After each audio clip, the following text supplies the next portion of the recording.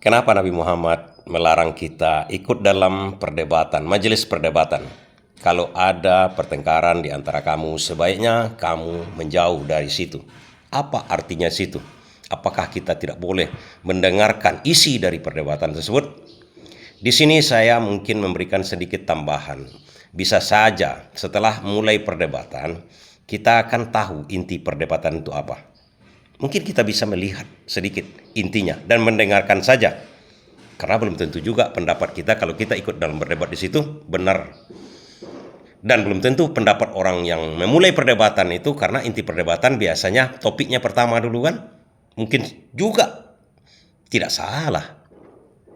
Tapi Nabi Muhammad kalau udah mulai ada pertengkaran atau perdebatan, menjauhlah dari situ agar kita bisa berpikir jernih. Tapi kenapa itu dilakukan? Kenapa disuruh? Kenapa dilarang oleh Nabi Muhammad SAW?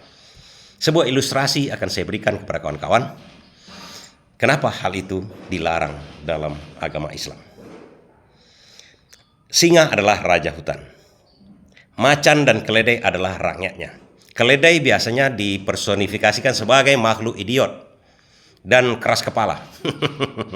Macan dikategorikan sebagai orang yang pintar, orang yang bijaksana juga. Raja adalah orang yang paling bijaksana, karena itu diangkat dia menjadi raja. Bertengkarlah keledai dengan macan, dilayani oleh macan.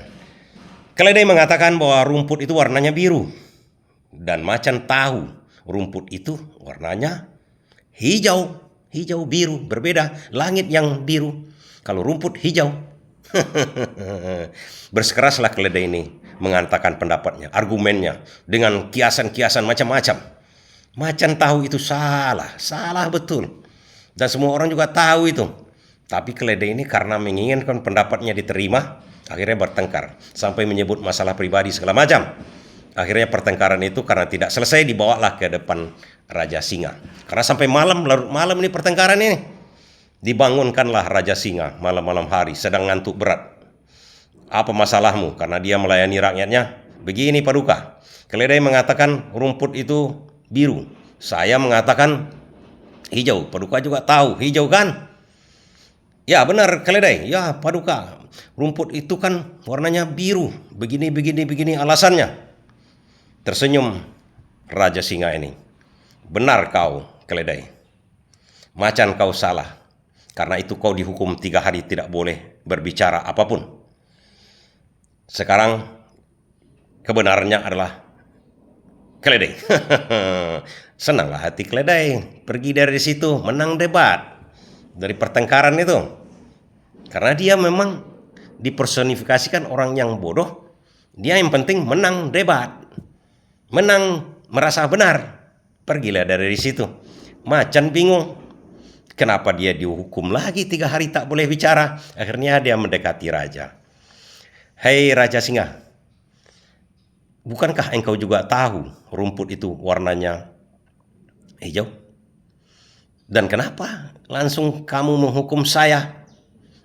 Hei macan, tak perlu kau memperdulikan omongan. Tak perlu kau berdebat dengan orang yang bodoh, dengan keledai yang bodoh tersebut. Tak perlu.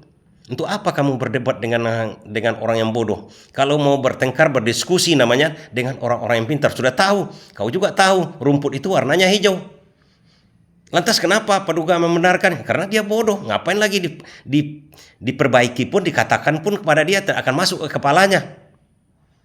Oh begitu. Tapi kenapa raja menghukum saya? Ya karena kau sudah membangunkan aku. Hukuman itu karena kau membangunkan aku tengah malam. Hukuman 3 hari tak bicara itu. Artinya apa di situ?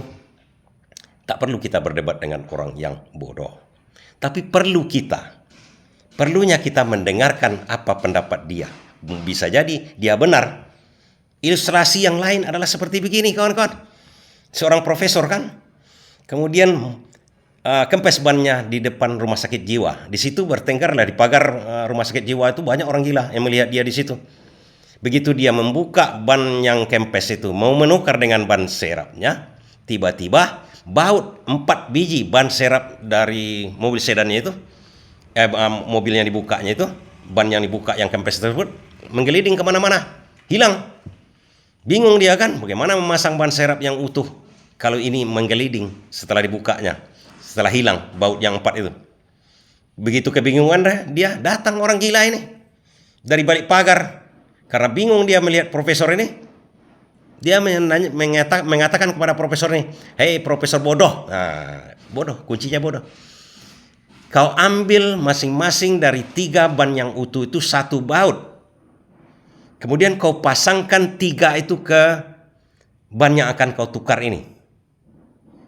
Di ban yang setelah dibukanya itu. Kan bisa kau jalan lagi ke bengkel terdekat, ke toko terdekat untuk membeli baut yang diompongkan satu-satu dari ban yang lain itu. Dikerjakan oleh profesor ini. Singkat kata, bingung profesor ini. Orang gila kok bisa mengetahui cara trik seperti ini. Dia tanya sama orang gila itu. Artinya, kenapa kamu di sini? Kamu kan gila. Kenapa kamu sepintar itu kok berada di tempat orang gila? Orang gila itu menjawab, ini ilustrasi ya. Saya gila, bukan bodoh seperti kau, profesor. Artinya ada kritikan, sindiran di situ. Artinya apa lagi? Mungkin dalam berdiskusi atau berdebat, poin-poin pertama mungkin bisa kita serap dulu. Tapi jangan ikut berdebat di situ. Poin yang bisa jadi itu kebenaran kan? Oke? Itulah alasannya kenapa Islam melarang ikut dalam forum perdebatan. Terima kasih.